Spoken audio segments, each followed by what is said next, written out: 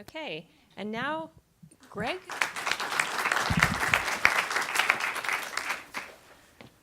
Okay. Okay. So about 20 years ago, I used to be a geologist. And when I was in that world, I dealt with really large time scales. Everything was big systems thinking. But at that time, the internet was emerging, and I was really fascinated by what you might be able to do with it. So I jumped into the technology arena. And when I got there, what I found out was that people thought differently. The way that they looked at problems and the things that they valued seemed to be quite different. And that was quite a shift for me and my thinking. They were very, very head heavy. What seemed to reinforce this and what everyone was striving for was all these people that were in the news and the media that were really being kind of put up there as rock stars for the fact that they were these subject matter experts in many ways. And in my opinion, that seemed to actually contribute to some problems I was experiencing and seeing in the organization.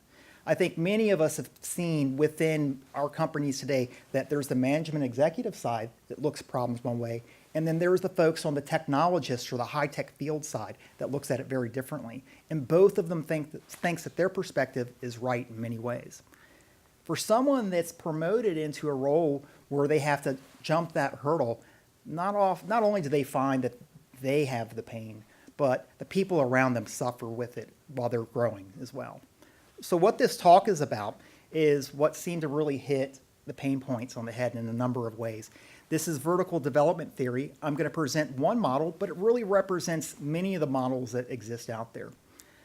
So what vertical development theory really asserts here is that over time, if we're in the right conditions and circumstances, we can expand and mature not just our understanding of ourselves, but how we relate and understand the rest of the world.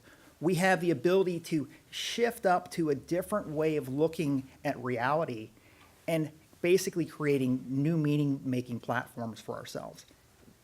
I think this is really important for anyone that's a leader, whether it's as a project manager or is on the business management side of the house. Horizontal development, those skills that we take classes for, the skills that we typically get paid for to do our jobs are still critical, but they don't seem to be what helps most people jump that gap because the expectation is really that you show up differently, that you show up and you use a language that fits on the other side of the chasm. Along the way, people that are going down this vertical path or going up the vertical path, what also changes for them is they have a broadening of perspective.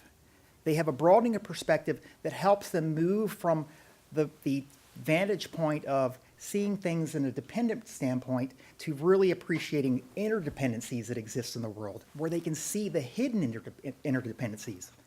So as coaching and how this fits with coaching, I think that this framework actually fits with your ability to not just meet clients where they are, but to actually help them break the conditions that are holding them back from where they're trying to go. That's what I think is powerful here. This vertical development theory has been around for 30 years. There are a lot of models and evidence-based research that support it. But what I want everyone here to know is that all the other resources, many of them, the resources, tools, and models of coaching fit with it. They support it. So what do we do with it? What we're doing with it is we're helping our clients change and understand the stories themselves. We're helping them integrate, create a new perspective around how they relate with others in the world. So what I think has really stood out for the people that have made the jump is that they've learned a new way of thinking.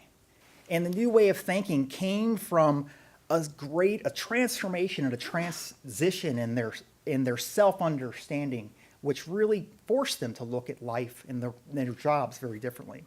And I think that this new way of thinking is really critical if you're going to succeed in working with complexity.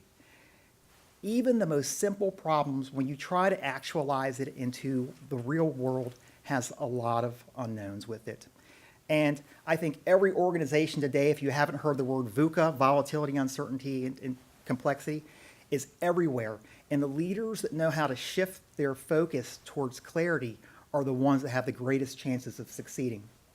So we all hear about innovation. Yeah, it's important. But I actually think that you can't get anywhere with innovation unless you have the people that have a different viewpoint and they have the ability to change the way that they relate with others, the way that they work with others. And from that, I think that when you change and you change your thinking, it changes your behavior, it changes your actions, it changes your language, and it also changes your impact. And it can rub off on people and be quite profound. So the question I leave you with really is, where might you be on your own vertical development path? Thank you very much.